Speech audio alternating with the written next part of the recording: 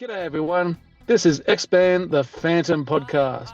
Our website is chroniclechamber.com and you can subscribe to our podcast via YouTube or through your favourite podcast apps. Do not forget to give us a rating on your podcast app and tell a mate about us. This is episode 271, where we review 2023 we'll try and keep it to 2 hours. We'll go over the tale of the tape, highlighting every comic and merchandise released around the world during this past year, and then go over our favourites. We have our regular contributors in Ankit, Christian, Sayuj, Mikhail, and Duncan giving their input, plus a new contributor as well, who we welcome on. But to go through the actual podcast, we have Jermaine and Dan. Jermaine, how was your festive season? Busy.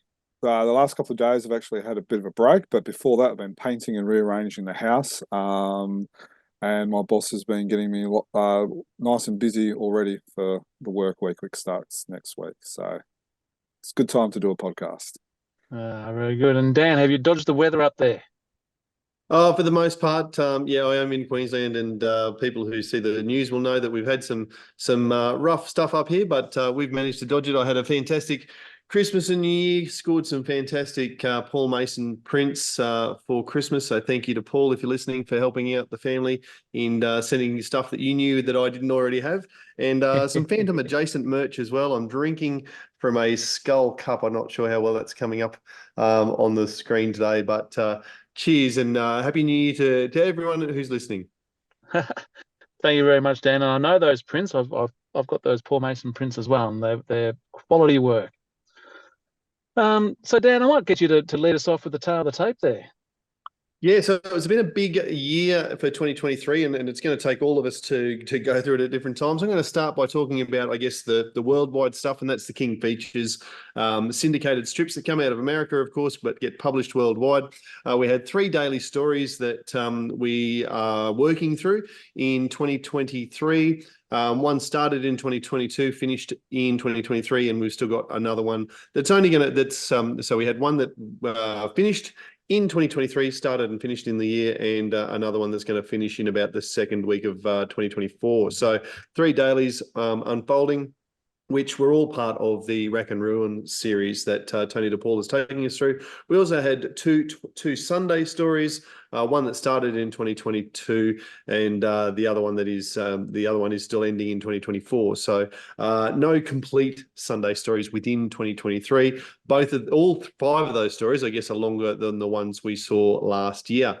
The other big publisher that is important to us, I suppose, is as Australians, is Frew. Frew had 26 regular issues this year, issues 1935 through to 1960. They had 15 different cover artists. 21 of those issues, there's a lot of different stories across the 26 issues, but 21 of them were created by Frew, which is a continual step up. From Frew, we saw 7 created by Frew in 2020, 12 in 2021, 15 in 2022, and as I said, stepping up to 21 in 2023. God, that's a bit of a tongue twister.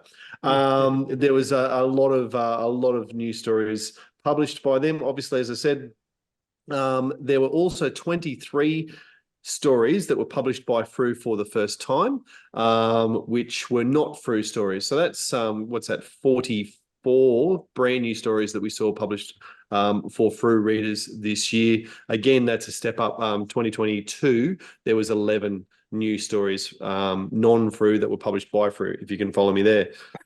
So apart from the annual and the replica series that we saw, sorry, I'm following these notes. Previously published by... so there were also 22 stories that had been previously published by Frew, which is a few less than last year. And apart from the annual and the replica series, only one was published in the regular series, which was T in issue 1947, and it had been some 25 odd years since we'd seen that one. So if you've done the maths as I've been speaking, there's 66 stories in total, which is more than in any of the last 3 years. We did have 69 stories published by Frew back in 2019. Since then, we've hovered around the 54 to 60 mark, but 66 stories this year. That's just in the regular series. Frew also produced their giant-sized Fantoms. There was 4 issues of those, including one of those being the annual that they do, the 200-page odd edition. Amongst all of that, we know that there's a lot of old Australian comics reproduced in there, as well as some new stories of non-Phantom characters. But amongst those giant-sized Phantoms, there was 8 Phantom stories. In 2022, they only had 4.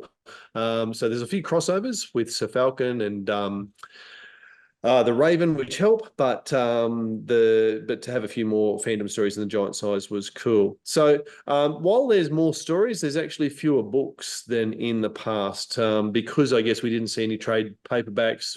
Obviously, we've seen the end of Kid Phantom and Phantom's World and that sort of thing. So this year we only had, well, I say only, we're spoiled really, 30 Frew issues appeared on our newsagent shelves or in our subscription mailboxes. As I said, 30 there. If I go back over the past few years, there was 31 last year, 32 in 2021, 34 in 2020, 38, 42 and 36 respectively in the previous years there. So a bit of a step down, but more stories as it happens. So all those numbers, so 30 is Frew plus giant size. In the Correct. past, the Frew, the giant size, the trade paperback, the Kid Phantom, right. Yeah, correct. Yeah, so 30 actual books that were published by Frew this year that were available to purchase. Yeah. Right. So if you only just got a subscription, you're not getting gypped. It's just that there's less, you no longer have to get a subscription for Phantom's World or Kid Phantom. Correct. Yeah. Like what Dan said, there's actually more stories in less issues as well. So more bang for your buck. Right, Jermaine, what's happening over in Sweden?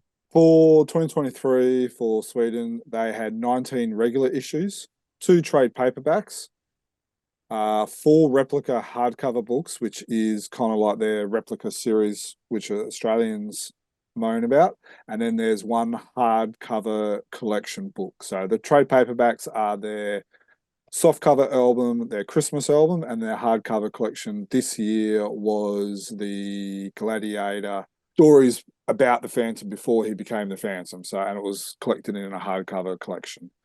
So, from a stories point of view, now this does kind of get a little bit confusing. We might try and actually include all these stats in the show notes. So, if you are struggling to follow on as we try and read it, maybe you can go back over the notes as well. So there was 9 cover artists for the Fantomen covers. So that's much higher than previous years, and that's because Henrik Sellström only did the 1 cover this year, where the past 5 years he's done probably 80% of the covers.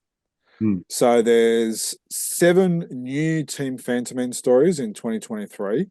That's a little bit less than previous. Like in 2022, there was 9 and there was 8 in 2020.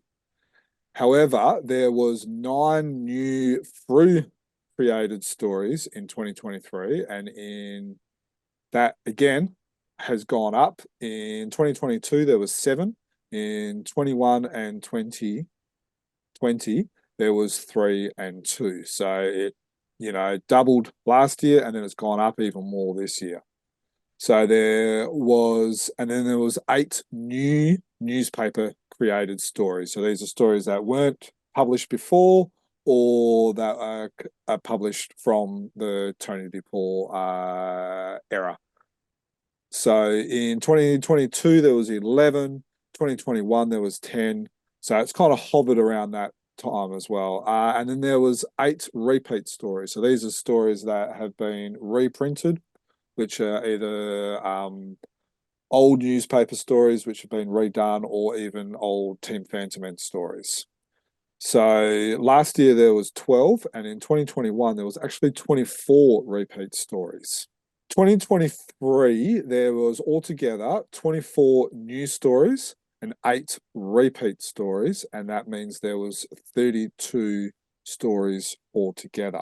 What's actually interesting is if you compare it to 2021 and 2022, there's actually been less stories this or last year in 2023 than in the past previous two stories. So they are talking about having another Fantomen 2024 preview podcast with the guys and with Andreas and Jacob, the sole editors. So that will probably be a question that we will have to talk and raise with them and find out their reasoning behind that. Why in 2023 we've actually seen less Fantomen or Phantom stories than in previous years.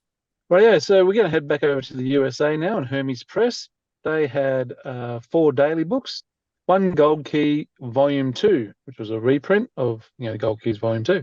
So that's 5 books altogether. In 2018 they had 4, 2019 they had 7, so a bit of a drop from heady days of 2019 and 2020 where they had 8. But 4 to 5 seems to be their MO for the last few years. They haven't released a new Sunday, so their big hardcover Sunday books for 18 months. Apparently there's a reason, but we're not 100% sure what it is. Could be that sourcing could be a problem with the Sundays, who knows? There are rumors going around that the Art of the Phantom and a colouring in book will come out in 2024, but we're saying don't hold your breath. The colouring in book rumor came out in our studio session. Blue Manor made mention of it in our studio session. So yeah, dropped that he was doing the cover for it, but who knows what that might mean. It just means he's been commissioned for something, and hopefully we're all hoping it's a colouring in book that Hermes will produce. So we'll see how we go. Anyway, other stuff that's come out of the USA is Comics Review. Obviously, they continuing on. They've done another 6 issues this year that have each featured a Phantom story. Only one of the 6 issues this year had the Phantom on the cover, which is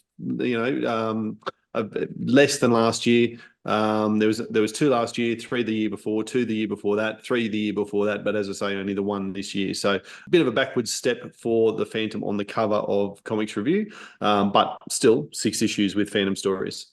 We're going over to India. So Regal had 6 regular issues of their English series, and Shatki had 5 issues of their series, which is actually in 3 languages: English, Hindu, and Bengal.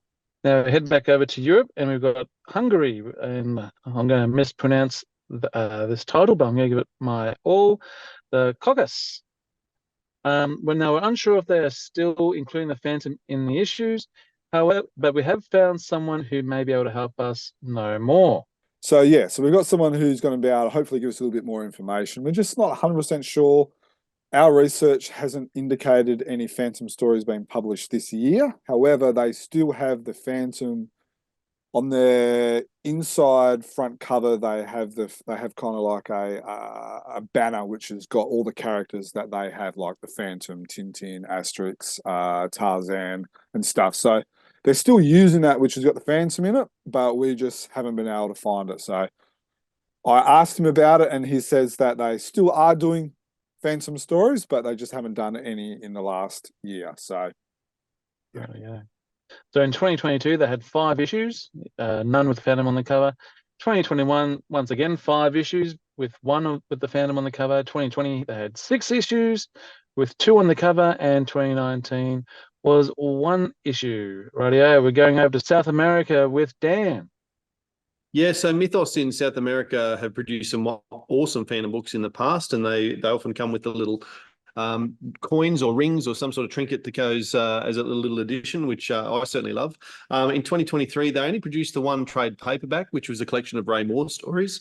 We don't know at this stage. We're hoping, I think everyone's hoping, that they'll go back and produce a regular series again. Friend of Chronicle Chamber, Glacio, wrote an article on our platform on the website there that it may be the new newspaper stories. So fingers crossed to watch this space. Hopefully that comes comics through in 2024.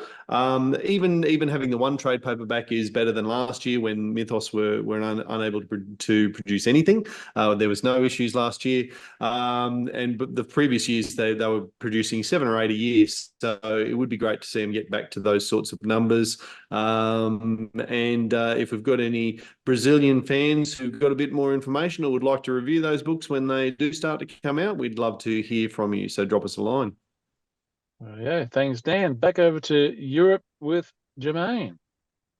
Right, if only we can all travel like this. All right, so I'm doing Germany. So look, we called 2023 the year of German Phantom Comics because they had 4 different publishers publishing Phantom comics or books in one format all the way. So that's extraordinary. Yeah, it is. Does so it dominate the market? Like, are they all successful? Well, from what I understand, yes. So you've got Zubistan, which do newspaper stories, Moonstone stories, and they've even done a Frew story and Team Fantomen stories. You've got Wick, which are doing the remastered version of the old Bastei stories. Then you've got the other German stuff. You've got the Mitten hardcover and softcover book, which is kind of like a collector's edition, like an artist collector's edition, which they've done like a hardcover, a softcover element of it. We've got a review of it, so go online if you're more interested in that. And then you've got ECR, which are reprinting the Cy Barry daily classics. Different stuff, at least. Yeah. So there's a real different, rather than, I guess, say Frew or Fantomen, who are publishing it all in under one umbrella, under one publisher. You've got 4 different guys, that are doing it and if you look at Wick, for example, it's a one-man band. Lovely guy, Ulrich Wick is his name. In 2023, they produced 4 regular issues. Now, they've all sold out. Like, basically, he got a contract for a limited run, and it was like a range. And basically, he's printing at that range, and he's not not legally allowed to print more than that. And they're basically selling out within 1 or 2 days of them being printed. 1 or 2 days? Yeah. And then you've got Zubistan, which again, they're actually a record producing company, and they've gone into the comics. And that's where we see Timo as the artist. Now, they've had 6 regular issues. And in those 6 regular issues, this is a real mishmash. You've got 6 newspaper stories, 10 Moonstone stories, a Team Fantomen story, and 4 DC comics, which did the Mitten hardcover and softcover book, which is very similar as what France did last year, which has been quite successful. And then ECR, they are releasing Cy Barry for 2024, and then in 2023 they did kind of like a bit of a preview of what their Cy Barry reprints are going to be as well. So a little bit hard to kind of keep track of everything in Germany, but it's looking good, and a huge shout out to Christian for who's reviewing all those and buying all the comics for us to be able to stick up reviews before the comics come to me, which means they're a lot timely. Oh, very good. That Zilberstein, that must be a big comic, because that's 21 stories across 6 issues. That's yeah. excellent. So it's about 100 pages, and they print it in color. Really good. So they get Timo Wers to do covers, and he does that kind of grungy look. He's done a free cover, which we'll talk about later. And then they've done also reprint covers from Felmang and some others and stuff as well. But yeah, look, talking to people who either live there or a couple of Germans or a couple of fans who go to Germany, have gone to Germany a couple of times, they've talked about how the comics are actually in the shops. So, there's What's you like to say? Germans buying Phantom comics, which is good. Excellent. Over in Norway, they had their 1-year album, and they had 4 Chronicle albums. Unfortunately, this series is now cancelled. So that gives them 5 issues or 5 publications for the year. And next year we'll probably just have the 1, I guess. Just nearby over in Finland, they had 2 softcover albums to their credit this year. The Spanish produced another daily strip, another album of their daily strip repeats in that similar vein to what Hermes Press do, obviously in Spanish. Dolmez, I think, is the name of that publisher. So continuing to produce that book, which is a really high quality production. So good to see them continuing on. And then our last wrap us one up. in Greece, in Europe. So this is 5 issues. So this is one of the publishers that we found out about who have been publishing the Phantom for about 3-4 years, and we didn't know about it. So in How 20, did that get through us? Those I don't sneak know. freaks. We're only human. We're only human. So in 2023. They had 5 issues, and one of them had the Phantom on the cover. Very good. So all in all, there was 10 countries, maybe 11 with Hungary, but we're not 100% sure on that one. And we lost France. But we have backdated the Greek comics, which came out in 2021 because we didn't know about it. Well, we had 10 countries this year. 2022 had 12 countries, 11 countries the year before that, and 9 countries back in 2020. Yeah, Dan? so it's good to see that many countries publishing Phantom comics. They produce between them 105 comics, and I think we should fly the flag here and say well done Australia for producing 30 of those. So nearly a third of the Phantom comics from around the world came from Australia, but 105 comics in 2023 across all of those publishers in all of those countries is the most since 2021, and previous to that it's the highest since the early 1990s. So there is a bit of a resurgence going on, and as I say, well, most since 2021. Last year there was 98 books, 2021 there was 101 books, so we still have seen more than that, and then 77 and 76 books in the years previous to that. So a lot of comic books featuring the Phantom being produced around the world, just making it a little bit more difficult to explain to our wives why these internationally postmarked envelopes are arriving in our boxes. How many stories were there, Joe? Luckily, all that stuff that we get in the mail only cost us $20.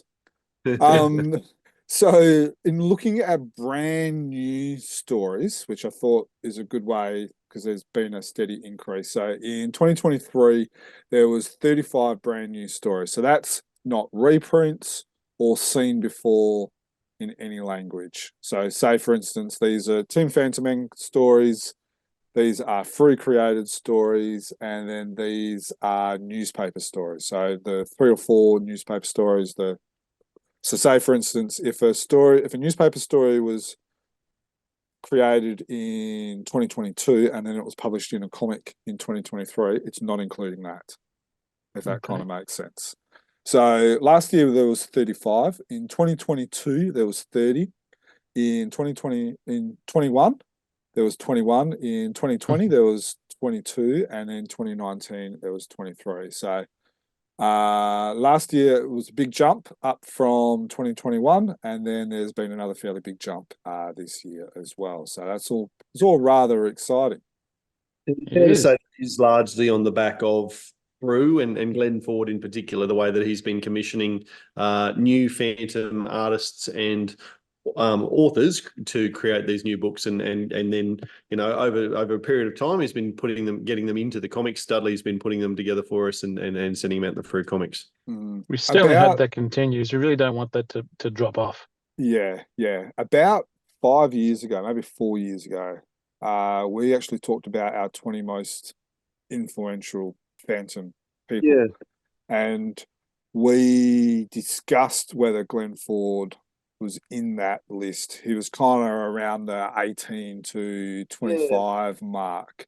So it would be interesting in looking at these numbers, and depending if he's still, I know he's not getting any younger, but if he's still around producing and creating and seeing creation of this many stories again, because team Fantomen are creating these, using their stories now as well, and we've seen the steady increase of those as well.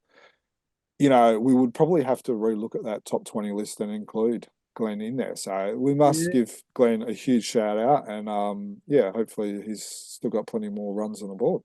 Really good. Up in the top 10. Yeah, well, there's some big names in the Let's not top carry 10. away. There's some big names in the top 10. We'll have to, that's another podcast, though. We need to get this. Do it as you said. Rightio. So once again, if you couldn't keep up with all the numbers that we've just been spouting off, we will have all them in the article accompanying this podcast. So now here comes the fun part, our favourites. So we do have a bit of a criteria. The criteria is, yes, that we can select reprint stories.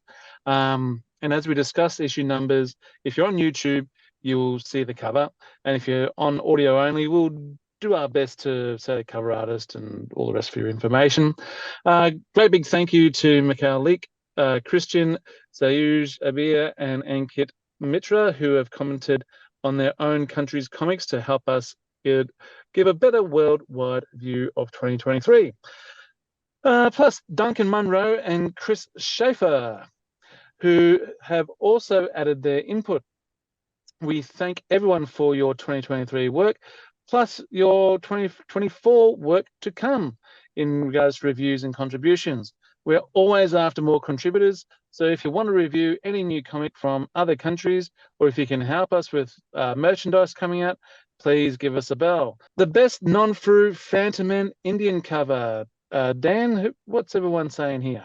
The Chronicle Chamber team. Yeah, right. So we were just given for a wrap for all of the books they're producing, and certainly, what did I say, 30 out of the last 105 between them and Team Fantomen and what's going on in India. That's probably half of all the comics. So we're looking for the other nations that we've rattled off there. Germ, do you want to take us through your favourite non-Frew, non-Fantomen, non-Indian covers? Yes, so my two would be the Comics Review, which is 449 450, which is the one by Reno Marquez, who's from the Philippines. For those who are going, I know that name. He also was the inker on the Captain Action Moonstone story, which was penciled by Keith Williams. And then Wick cover number 5, which is created for the German series, which was drawn by a Turkish artist who's living in Germany. So they're my two favourite of those other countries. Very good. Mikkel from Sweden has nominated German Phantom number 4. Now, I'm not sure which of the 4 different Phantom publishers he means there, but I reckon it might have been Wick. Yeah, I think it might have been and I'm sure Germ will have worked his magic by now, and YouTube viewers will see that hovering across the screen. He's also nominated Black number 29, an old cover, but he loves it. Ankit has nominated Wick Phantom number 4, so probably agreeing with Mikkel there, and Zubestein Phantom number 5. Steve, what were your thoughts? My thoughts were we had slim pickings compared to what Frew is producing. When I was picking, when I had a look at all the covers, I thought, oh yeah, that looks good. That looks good, but that was from previous years, and I had to actually narrow it down to 2023. But I reckon the Zerberstein comics were the pick of the bunch for my money. I'll just say the Zerberstein covers. I'm probably going down a similar line to Steve. I find it really hard to pick, and part of that's probably because I don't have the books in my hand. I'm going off thumbnails or of things I'm flicking through on the screen. There's a lot of books to choose from. I'm going to go as a whole, the German comics. The 4 different publishers, I think they're producing some fantastic covers. I really especially love the painted style covers, and I think Timo Weres is responsible for a lot of those. So you mentioned those before, Germ, when you were taking us through the German comics. And I just think that they really stand up and they stood out for me. So I'll go with them. Duncan Munro has also nominated. He's been a little bit more specific than I have. He's nominated Wick number 6, but he's also nominated the Norway Christmas album as one of his favourite covers. Wick number 4 and Wick number 5 were Swayze's favourites. So we're seeing a lot of love for the German comics here. And Chris Schaefer, who we should give a shout out, a new contributor to Chronicle Chamber. He's been in touch and wants to help us out and get involved as a new contributor. And he's starting by nominating his favourites for 2023. He's said Phantom number 7 by Felmang, the Felmang produced for Zobestein. Beautiful art, as always, by Felmang and Ferry, and somehow capturing the sensation of everyone floating underwater. Where he's loving that with in the still image, and he's nominated as his second the Hermes. This would be Hermes Press Complete Newspaper Dailies, Volume 27, and with you can't go wrong with classic Sibari art, I don't think, with that one. So I can understand where you're coming from there, Chris. Germ, you've got the honor.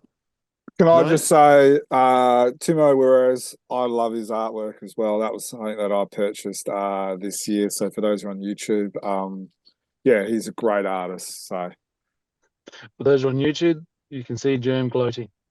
Yeah. Those the rest of you listening, can just hear it. you can just hear it. Yeah.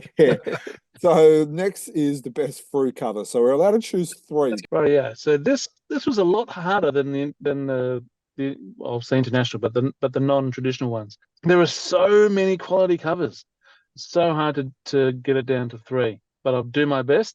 I'll try to just get down to one Glenn Lunston. I wanted to pick only one Glenn Lunston. I could have filled the whole 3 from with them, but I went giant size 27 for Glenn. 1950. What was issue 1950? 1950 was Ruiz cover, not the one that Germ just showed us, but the one that he produced for Frew. Yep. So Timo. Yep. And cover number 1955. Okay, Marcelo Baez. That's it. And I'm giving an honorable mention to issue 1945, which I'm pretty sure is the Visitor, which is Glenn Lunston. Yep. I wasn't going to have 2 of him, but I'll put in a honorable mention. I almost put in 1960, which is the Christmas issue, but I couldn't do it because it's a Christmas issue and there's no Christmas reference at least on the front cover.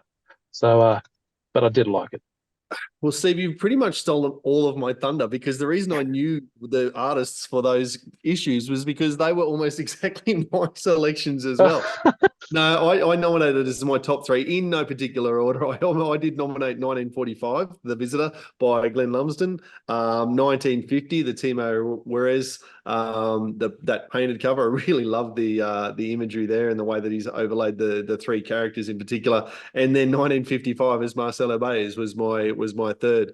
I just really love the way the Phantom's coming out of the comic with his sword there. And my honorable mention was going to be 1960 by Jeff Weigel.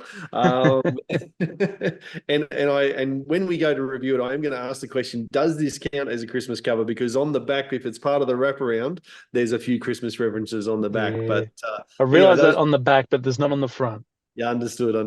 Anyway, that's another conversation when we review that comic specifically. But those were my 3 and the honorable mention.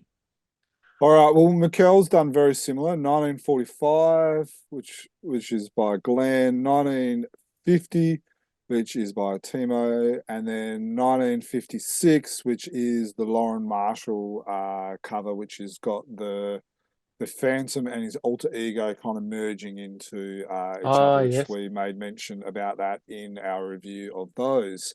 Ankit when 1935, which was by Daniel Picciotto. I've seen the original art for that.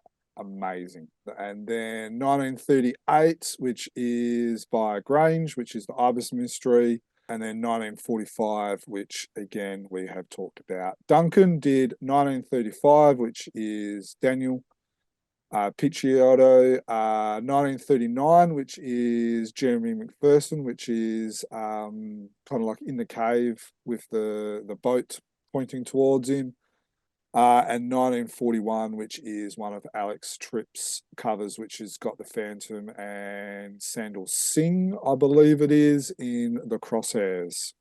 Sears did 1939, which is the Jeremy McPherson. He said that he loves the color work and the art. 1950, which is Timo's, looks fantastic. And 1957, which is one that we haven't talked about so far, which is Tatum, which is the Indian artist. And he looks great, but also the artist is from his neighboring state. So there's a little bit of bias there as well. Now, we should for say. me, that's one of my 3 as well. But again, from my bias point of view, I'm actually buying the original art for that cover. So I'm also very biased as well. So the other one that I want to make mention of in one of my three is Giant Size 26, which is the Phantom sitting on his couch reading the newspaper. Now, one of the reasons I like that is because this is by Glenn Lumsden, of course, is because it was in response, a cheeky little dig at the newspapers cancelling newspaper comics, which has been happening in Australia, US, and around the world. So I really like that. I kind of like that hidden little meaning. And then another one I wanted to make mention of is 1960. Look, even though it doesn't have the Christmas reference, I do like that. And for me, it's not as much of a big deal as, say, for you guys. Both mentioned 1960, and I've got to say, while we're on Jeff, the way that Jeff has done the lighting on that and the Phantom's light and the shadows that are being cast, I think that's just spectacular. Yes. Absolutely brilliant. Chris has done 1950 by Timo, which we've talked about a few times. So I think pretty much all of us have kind of suggested that one. 1952, which is the 75th anniversary special. That's his comments was simple, straightforward, and to the point. The Phantom is timeless and going strong. So that's the reason why he liked that as well. Yeah, and then number 3, he's also chosen 960 as well. So he especially likes the back cover, which has the amazing ability to both contain the stories as Easter eggs in the scene. So that's a good point as well. Yeah, so how did our votes actually meet up with the general public's votes? So number 10, we have Tadam Gayadu with issue number 1957. He got around about 5.5%. He got 5.4. We'll round it up to 5.5 for you, Tadam. So just to explain the votes, this is of all of the people who voted, 5.5% of people had that as one of their top 3. Yes, I should say that. So this isn't going to equal up to 100% because people got to vote for 3 comics. So in 9th position, we had Shane Foley in his 1948 cover. He had 8.7% of the vote. Then we have got Jeff Weigel with his Christmas cover, issue number 1960, comes in at 13%. Then tied on equal 5th, we have Glenn Lumsden with his issue number 1945, Daniel Picciotto with issue number 1935, and then Glenn Lumsden again with issue number 1952. And they are all tied on 15.2% of the vote. We also have, in coming up number 4, we have issue number 1950, which is the Timo Wirtz cover, which we've all spoken about. He got 16.3% of the vote. And then our top 3, so getting 18.5% of your top 3 votes was Jeremy McPherson with issue 1954. In second place, we on 29.3% of your top 3 votes, issue number 1941, Alex Trepevsky. And in first position, issue number 1939 on 30.4% of the vote. I think that was really, really close. That one is less than that looks like less than a vote in it, doesn't it? Yeah, 1.1%. Yeah. Jeremy McPherson with 30.4% of the vote. So it's great to see how many Australian artists are there. So Jeremy, Alex, Glenn, Daniel, Shane, well done. The Aussies are well represented there, and well done. Not only that, but we've also got the international artists doing Frew covers, which is we're very, very grateful for. And like I said before, when I was giving my results, I would have, if I could have picked the whole, how many was it, 25 or 30, however many issues that have been produced by Frew this year, I would have, because I thought that it was a quality bunch, definitely quality field. Just before we move on, just to explain for anyone who's been doing the maths and is going, well, hang on, that doesn't add up to 100%. Just to make sure. So Jeremy's got 30.4% of the vote. That is 30.4% of all of the people who responded had him as one of their top 3. So it's not going to add up to 100%. We know that because everyone got 3 votes. So that's a simple one to explain. Jeremy, Alex, Glenn, Daniel, Shane. So 5 Australian artists are in that top 10. obviously Jeremy and Glenn have got multiples, and then we've got Tatum, Jeff, and Timor. So we've got one from Asia, one from Europe, and one from America.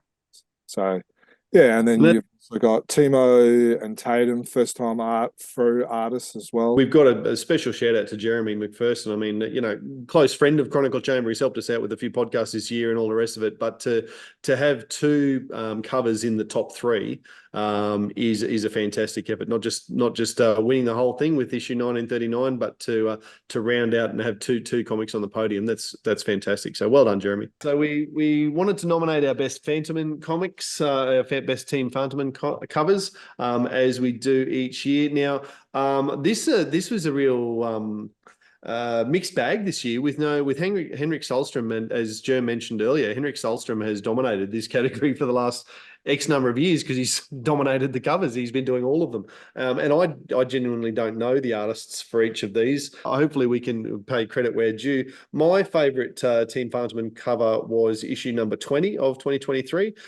featuring the Phantom with Hero on Hero. I always love a Hero horse cover. I've got a soft spot for those. So number 21, my favourite. Then in no particular order, issue number 18, 19 was another that I just really popped out for me. And then issue 10, 11 was another one of mine. Before we go around the grounds, Germ, what were yours? Okay, so mine was 13, which was done by Janice Auden. I love Janice's Auden work. This covers where you've got the Phantom Diana with a speeding train. It looks like an action movie poster. Really like the look of that one. 25, 26 is by Luca Roberta. Now, I've got him on 25, 26, and then also issue 21. For me, these covers stand out, and like they will look good on a shelf, like on a comic book shelf or whatever. So 21 is basically all green. So you've got the Phantom rescuing a Tarangi African girl, and you've got crocodiles, and there's lots of green jungle and green crocodiles, and it's very striking.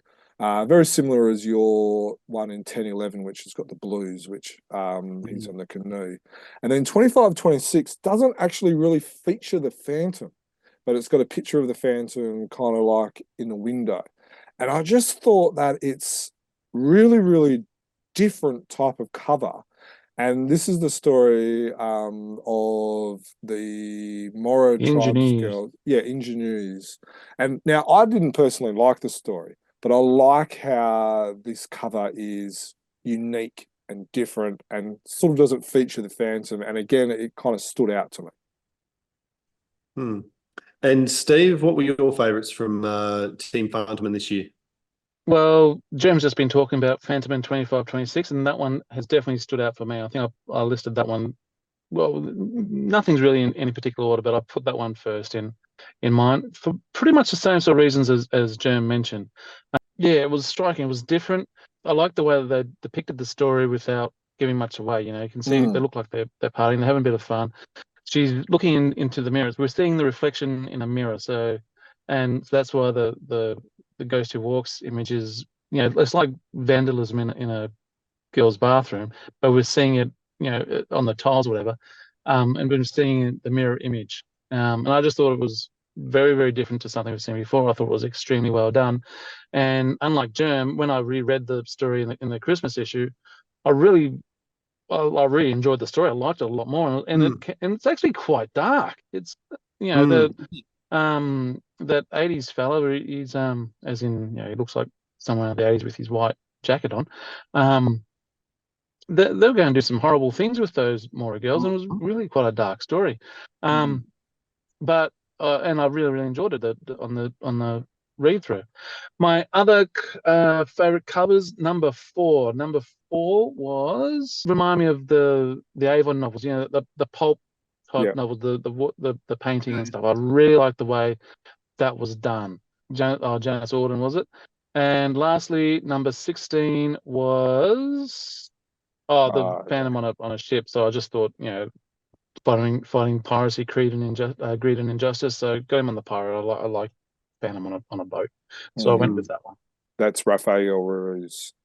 Since you guys have gone and named the artists who did your favorite covers, I'll give a shout out to Mikkel Gustafsson, who did the cover to issue number 20, which I really like. So haven't heard of or seen his work before. Maybe that's my ignorance, but is he a new artist? New old artist, because this was actually originally the year poster from back in like the 90s. So he's actually an artist from about 30 years ago. So when you say you haven't heard of him, that's probably one of the reasons why they chose this particular image, is because it would have been an image they had on cover. And it had only been used in a poster and not actually a comic. And it is very Yeah. Yeah, well, it can be kind of used for any type of story. So, and Mikkel Gustafsson, I hope you're still alive to hear that I really love your artwork. Look, as we go around the grounds with the other Chronicle Chamber team members, Mikkel has nominated issues 13 and 16. You'll see those on your screen if you're on YouTube as his favourites. Ankit, what I'm seeing here is a real mixed bag, and I'll go on. Ankit has said issues 5, 24, and 20, so he's nominated that one as well. Duncan has said 6, 7 for him, as well as issues 21 and 13. Swej has said, look, there's so many great ones to pick from. There's fantastic covers this year. He probably likes the 3 that he's chosen because of the subject matter they portray as much as the artwork. So he's been upfront about that one. He's nominated issues number 4, 10, 11, as well as issue 16. And then Chris has chosen number 17 by Luca Roberta. And it sounds like he loves the story as much as anything else. Then as much as the cover, that seems to have swayed him. Fantomen number 1 by Rafa Ruiz. And then, of course, number 24 by Janez Orden. So I'm not actually seeing much of a trend there amongst the 1, 2, 3, 4, 5, 6, 7, 8 of us who have voted. There's no real standout favourite. So I guess it goes to show that, would you say 9 different artists, I think, for Team Fantomen this year, and they're appealing to a wide range of interests and beauties in the eye of the beholder, as they say. So it'll be really interesting in a couple of months when Team Fantomen do their best cover of 2023 competition or survey to see what rises to the top there. All right, so we'll move over to the best Indian cover. So this is including Shatki and Regal. Now, Ankit is not going to comment because obviously he created 1 or 2 of them. He's amongst his babies, doesn't he? Yeah, that's it. I chose issue 7 for Shatki, which is the alternative cover. It's the black and white, kind of like more of a noir type of feel. And then Regal number 31, which has got the boom booms, and I like how Ankit has done that, and that's not just a suck up either, Ankit. Duncan has chosen Regal 31 and Shatki 9. Suarez has done Regal 31, which is what Duncan and myself have done, and then Shatki 11, which is an iconic looking cover. Mikkel has done Regal 31 again, and Shatki 9, which is the same as what Duncan did. Chris has done number 7, cover A, which is not the cover that I chose. And he likes it because of how the Phantom and Devil appear to the Roughnecks. And then he's also chosen Regal 31 again as well, with the Hectic Madness with the drummers. So we've all kind of chosen Regal number 31 as one of ours. Dan and Steve, do you want to tell us what yours? I'm going to stun you by saying that I've chosen Regal number 31. I think... Look, Ankit, I hope you would have chosen that as your favourite. Can understand you not choosing amongst your kids, but look, that's one of the better Drummer of Timpani covers that I've seen, and that story's been published a number of times. And I don't know that I've seen an image that has quite captured the madness. And Cy Barrier has got a number of the panels inside that story that obviously Unkit's drawn from to do that. But just, yeah, as you said, the boom, boom, boom all over the place, and the hectic movement of the Phantom captured on there, I think is a stunner. And my other one, I had to go to Shatki to show them some love as well, and picked issue number 8 from their range there. Righty, yeah. Shock horror. I didn't pick number 31. I just had to go back and see what was I missing there. And so no, I didn't pick issue number 31 because I saw another drummer of timpani cover. So yes, it's good, but it's another drummer of timpani cover, and I've had enough. I chose now. Luckily, I kind of had a look to see what other people had done before, and I saw that Jeremy had picked an alternative cover. I thought, what alternative cover? So I clicked on the link a little bit closer and saw that there was an alternative cover for Shatki 7. So I went for 7A and 7B for Shatki. Now we go over to Germany, and Christian has nominated Zoberstein 8 for the best German cover. Thank you, Christian. We've talked about a lot of covers. It's time to start talking about stories, and we want to start by talking about best writers of 2023. And this is always a hard one because people have different tastes, and then there's so many different types of stories that come out, and it really does depend on the individual. Beauty is the eye of the beholder, as I said before. But we want to talk about who were our favorite writers with some of the stories we saw come out this year. So before I go around the rest of the crew, Steve, I might hand over to you first to talk about who are some of the authors that you really enjoyed reading this year. So my top 3 in no particular order. Trader Paul. He cops a lot of flack for, people say the stories take forever to get through or whatever, but you put them all together, it reads very, very well, and people need to remember that. So Trader Paul, I haven't mentioned his name at all, I think, in the last hour and 15 or however long we've been going for. But Paul Mason with his Vietnam stories gets my Guernsey. And I was trying to, who was going to round up my top 3, and I went with Claire Murphy because shock horror, I like the 22nd Phantom Saga, which I didn't think I'd be able to say. But I enjoyed. I didn't go back and reread them before doing the podcast, but when I'm looking over, I thought, what are the stories that I remember, that I recall? Bang. I remember enjoying those.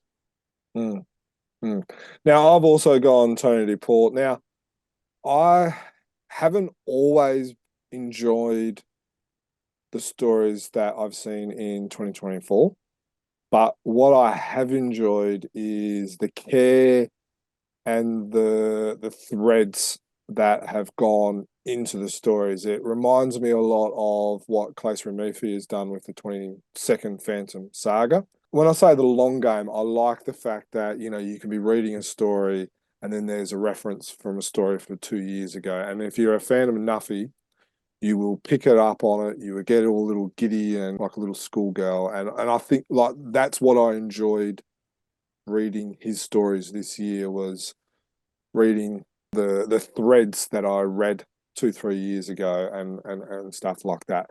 And to be honest, I do understand how some people are not enjoying the stories. They are long. I hope we get just a couple of shorter, non-rocking my boat stories for the next year or so, just to kind of calm me down a little bit. I'm now 40, so I'm now an old fart. So I can't handle too much of my boat being rocked. Yeah. And then the other 2 is Andreas Arikeson. I really enjoyed the story in the 75th anniversary special. And then there was also the Sing Brotherhood, the true Sing Brotherhood story, which we saw in a free comic as well. For me, I like the fact that, he quite possibly knows the Phantom better than what I do. So he's a real fan of Nuffy. And so the fact that he's actually creating stories and he's showing care, like with the true Sing Brotherhood story, you've got Sandal Singh, you've got, the wrap-up of what's happened to her after she mysteriously almost died in the presidential palace, being being a plane driven into it. Then you've got another Singh girl which appeared in a short story in the mid-90s, like, 30 years ago, and she's kind of come back. Then you've got these Jungle Patrol people that was in some far-flung story back in the 80s or something like that. So I love that type of care. Now, the third one I made mention, now the story is not in my top three or in my favorite, but what I liked about it was the way it captured me and really made me question where he was going. And I was intrigued where he was going with this story. And it made me question whether I was going to like it based on a preview image. And that was Jason Franks. Now, we've got Jason Franks coming up in a podcast coming up. But I really liked how he created that Pinstripes Wizard story. Now, in just reading that story, he sounds like a hippie. He sounds like he's a lot older than what he is, and that he's probably still recovering from some of his LSD trips and stuff like that from his hippies days. So I'm intrigued to be able to actually talk to him, because that's the type of picture I get from him. But from talking to him, I don't think he's actually that old. Look, if we go around the grounds of everybody else, Swedish has nominated Lee Falk for the stories that he's seen from Lee Falk this year.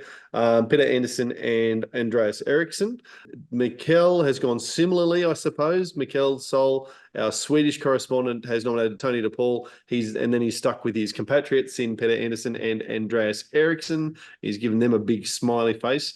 Duncan Munro has nominated Paul Mason, and I'm sure he's following similar lines to what you were talking about there, Steve. Andreas Eriksson for probably the same reasons that you gave, Germ, and Duncan also loves what he read from Lee Falk this year, that I guess he's seen in Frew in particular in the reprints. Arnkit has gone with Tony DePaul, Paul Mason, and Peter Anderson. And I've actually copied Arnkit there, as it turns out, as I can see there. I'm going to follow the trend there of just nominating Tony DePaul. I think we get to see a bit more of him, and it was beneficial, I think, to see the Frew stories being reprinted in their whole. His story is reprinted in Frew in their whole. So you could read the whole story without, the daily, 3 panels and 3 panels and 3 panels. Being able to read the whole story in one go is a real boon. But then also to have that, as you were saying, Germ, that we're through publishing stories that were in the newspapers 2 years ago, and so we actually get to see, that refresh of what we're seeing in the newspapers today, and that tying in. I think that Tony DePaul would have to be one of the most thoughtful Phantom authors that we've had, just about ever, I think, in terms of the way that he ties it all in together. And it's not just tying back stories that were written 2 years ago. He's referencing things that he wrote 15 years ago, and following story threads that he planted, a long time ago. Paul Mason, I just love the way that he brings in the historical elements of the Vietnam War. I'm talking about his Phantom in Vietnam series predominantly, but also the Fury story I thought was pretty cool too. Yeah. Something a bit left Australia. We've only seen part 1 of that so far. The fact that it was, 3 or 4 pages in before you realised it was Julie, not the Phantom that the story was about. I think that was really, really cleverly written. I'm looking forward to seeing more of that. Peter Anderson, I just love the fun, the fun of, and I guess I'm basing this on Kiss of the Devil in particular. I really enjoyed that as a story. So, but I will give a shout out to Andreas Eriksson. I sort of probably overlooked him, and you probably talked me into getting him into my. Yeah, I wish I could have slipped him into my top 3 then, Germ, the way that you spoke about him. So anyway, that's my top 3 best writers of the year. Sticking, as I said, though, we're sticking with stories. Let's move to the other half of the creative team. We've got to talk about the artists, of course. While I'm prattling on, I'll nominate my 2 best story artists. I love what Jeff Weigel produces. We've talked about his covers, but the stories that he produces, the artwork he produces for the stories, the Sundays, sitting down and rereading the in-tunes, and I'm with you, Steve. That was a much darker and much more a much deeper story. Reading it as a full package than I even picked up when I was reading it on a once a week basis, and seeing the Phantom walking around, being many men, being an ordinary man, slipping into a various Walker garbs and just being in. I think that Jeff did a fantastic job then, and a particular shout out for the way that he stepped in and taken up the daily as Mike Manley's been crook in the newspapers. I think that's been fantastic, and Paul Mason again. You know, I've nominated him for writer, but I'm also going to give him a shout out for artist, my favorite artist of the year too. The way that the colors that he uses, the dynamicism of is that even a word? Of his artwork is fantastic. My two, Ivan Rodriguez got I can't remember which one he did now. He No, did he two was stories from in the yeah, Frew in the anniversary. 75th anniversary. I remember because I was flicking through to have a look at the part one of Ghost of Ships Past, and I caught the story before. I thought, what's this one again? It really caught my eye, and I remembered that the artwork was really eye catching, and of course Paul Mason for all the reasons that Dan said, and you know because he's awesome and does fantastic stuff, and you could scribble on a page, and I said it was the best thing for the year. Well, Chris, I am biased. Chris has got very similar biased views as you. He wrote, having met Shane Foley and Paul Mason, they get his vote. Kel, Janice Auden and Jeff Weigel. Ciaz did Organ Rodriguez and Cy Barry. Duncan was another one who decided to give us three, and that was Scott Cohn, who did who helped out Mike Manley. Paul Mason for a lot of the similar reasons which have already been said, and Jeff Weigel as well. Now, yeah, Jeff, Scott, and Brett must give a big shout out to for helping out this year, helping out Mike. So a big shout out to you guys as well. For me, it comes down to Ivan Rodriguez and Janice Auden. For me, if I was to say my current 5 Phantom artists, they would be in the top. Those two would be in there. I like their work. Ivan Rodriguez reminds me a lot of Hans Lindell, and Janice Auden reminds me a lot of probably Kerry Lappanen, probably like in his heyday. And I love the fact how their work looks good in black and white as well as in color. So that's the reason why I chose those two. Well, while you're still going there, Jam, what do you think was your overall best story published by Frew? Now you can choose 3 here. Okay, so we're allowed to choose 3 here. Thank you, Steve. But yeah, I must admit, sometimes I'm not sure why we're only allowed to choose 2 and 3. This was probably because we did it like 5 years ago and we've just stuck with it ever since. For me, Terror in Mawatwan, which is a Tony DePaul story back in the early 2000s with art by Graham Nolan.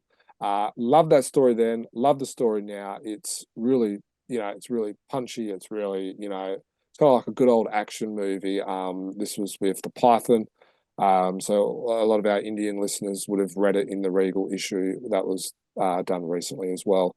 Attack in the Jungle Hospital, which is by Claes Murphy, which is part of the 22nd Phantom Saga. Now, one of the reasons why I like it is one of the reasons which we've all talked about with Tony DePaul, and I reckon we've probably seen 3 Phantom creators: Tony DePaul, Claes Murphy, Ulf Granberg, who are the only 3 creators who have been able to successfully bring in story elements from all different stories and actually get them intertwined each other. We've all kind of talked about that when we talked about Tony DePaul. Claes Murphy is one of those, and then Ulf Granberg with his stories, how he was able to get the lore stories and the legacy stories of what Lee Falk wrote and put them into the Team Fantomen stories. And my third story would be The Sing Raiders by Andreas Eriksson and Ivan Rodriguez. Oh, I've cheated. There's no doubt about that. I've cheated in the way that I've done this because you've said 3. I've nominated the Phantom in Nam stories. I think there was 5 of them produced, or published this year. But they're only 8 pages each, and together that's only 40 pages or so. So the series of Phantom in Nam stories, the progression that we've seen there, I just really love having those little chapters that we see. Written and illustrated by Paul Mason, who I've already spoken about. The second way I've cheated is that I've said the daily progressions that we've seen. Now, the Rack and Ruin series is one big story with a whole bunch of chapters. So really that's one story. And the fact that I'm reading some of it in the Frew comics and I'm reading some of it in the dailies as they come out. I'm really enjoying that. And I do wish that in a way, I wish that Frew had held off. We've talked about this before, that they had held off and produced that as one single trade paperback. I hope that happens, that some publisher does that at some point and just produces Rack and Ruin as a single book, because then, well, A, I'll enjoy reading it like that, and B, this will no longer be cheating. It will genuinely be just one story. But that's one of my other favorite stories that I've seen Frew produce. And then I've already mentioned Kiss of the Devil. I just think, and I can't remember her name now, but that's one of my favorite femme fatales that I've read in a long time, by Peter Anderson there, with the art by Giancarlo Caracusa. It was a fun little 2-part story, which, you know, was not particularly intellectually engaging, but it was a fun story, and as I said, a really really sexy little femme fatale. So yeah, that's my third. Macau, he's only picked 2. He's got Attack on the Jungle Hospital and The True Sing Brotherhood. Duncan, he's gone with a bit of Nam as well. He's got And Our Friends Are All Aboard, and We Got to Get Out of This Place. And in between those, he has The Sing Raiders. So he wasn't using the cheat card that I've also used. And I might say I had it up there first before Dan went and put his in. But before we get to mine, now, I've noticed over the course of tonight that we've pronounced his name about a dozen different ways, and we're very, very sorry. Even when we met him and we had him on, we couldn't say his name correctly, and we're very, very sorry. I like to get people's names right, and hopefully one of these ways we've said it has been correct. He's picked Terror in Mowitan, The Sing Raiders, and The Box. For myself, I went Fantomen Nam for all the reasons Dan mentioned before. I forgot that Terror in Mowitan had been published this year in the Nolan special at the start of the year. So once I remembered that, that went in there because it's just had such an impact on the Phantom over the course of however long it was first published. As mentioned before, the engineers. Yeah, like I said, when rereading this in the Christmas issue, saw how dark the story actually was, and you know, the way that the creep was talking about, you know, getting the girls and spiking the drinks, and you know, they might look all fun and fancy free now, but you know, give them a little while and had that dead-eyed look in their face, and it was really quite dark. And the Phantom wasn't holding back; he was cracking skulls. He was rough on roughnecks, and so yeah, I've put that one in there as well. Honorable mention, 22nd Phantom Saga. I mentioned before that Costa Murphy was in my top writers of the year, and Undergrowth for something a little bit different. I think it was Dean Rankin and Arvin Rodriguez. There we go. So a great team up there. But what did the public say, Dan? Yeah, so if we look at, we go back to the best of 2023 Frew survey that we put out. Well, you just mentioned Undergrowth by Dean Rankin and Ivan Rodriguez. It tied in 8th place with 5 other stories. So a 6-way tie for 8th place. Each one of these stories getting 10% of the vote, or 10% of all voters had this as one of their top 5 stories of the year. So that's Undergrowth by Dean Rankin and Ivan Rodriguez. Fury Part 1 by Paul Mason and Amanda Bucky was also one of those. The Visitor by Tony DePaul and Jeff Weigel. That was the Sunday, released in Frew 1945 with that stunning Glenn Lumsden cover. So that was there as well. Showdown at Paradise Hotel by Claes Ramirthi and Janez Orden, as well as Pirates of the Abbey by Peter Anderson and Giancarlo Caracusa, and Ghost Walkers by Shane Foley, which was released in 1946, issue 1946. So that's as I say, 6-way tie for 8th place. We also had a tie for 6th place. Now these guys were only a little bit more with 11.1% of the vote. Another Claes Ramirthi story, a tie in together with Janez Orden, in The Claws of the Vultures, and Germ's favourite, The Pinstripe Wizards by Jason Franks and Kay Boris, tied in 6th place. So not on your own there, Germ. Other people liked that story as well. 1 out of 10. 1 out of 10 people had that. Is there More than 1 out of 10. More than 1 out of 10. So yeah, 11.1%. 12.2% of people said that they would have said The Joker to the Thief by Paul Mason. So one of those Phantom in Nam stories got into 5th place. 4th place was a Tony DePaul story, Phantom's End. I think that that one was published in the Christmas special. Tony DePaul, Mike Manley, controversial story because we see the face of the Phantom. We see the death of the Phantom. Tony DePaul's on the record in his blog as saying this is the official way that the 21st Phantom will die. So to get that up into 4th place, in the last issue of the year, people didn't even really have time to read this before it was before the survey was out. So it was in 4th place on 13.3%. Paul Mason again in 3rd place. We got to get out of this place by as I say, by Paul Mason, another one of the Phantom in Nam stories. Guess what? In 2nd place, Paul Mason, Paint It Black. So Phantom in Nam has finished in 2nd, 3rd, and 5th place in terms of people's favourite stories. But only one of us, I think Swage has had it as one of his stories in 1st place, favourite story of the year this year. 30%, 3 out of every 10 people who voted said this was one of their top 5 stories. The Box by Dean Rankin and Jeremy McPherson. From memory, I don't even think there's a speech bubble in this 4 or 6 page little story that was in the 75th anniversary. It's a story completely told by the artwork, but obviously there's script behind it as produced by Dean Rankin, and people loved it. So 3 out of every 10 people who voted had that as one of their top 5 stories. So congratulations, Dean Rankin and Jeremy McPherson. Jeremy, cover of the year, story of the year so far. I think that was in one of my top 5.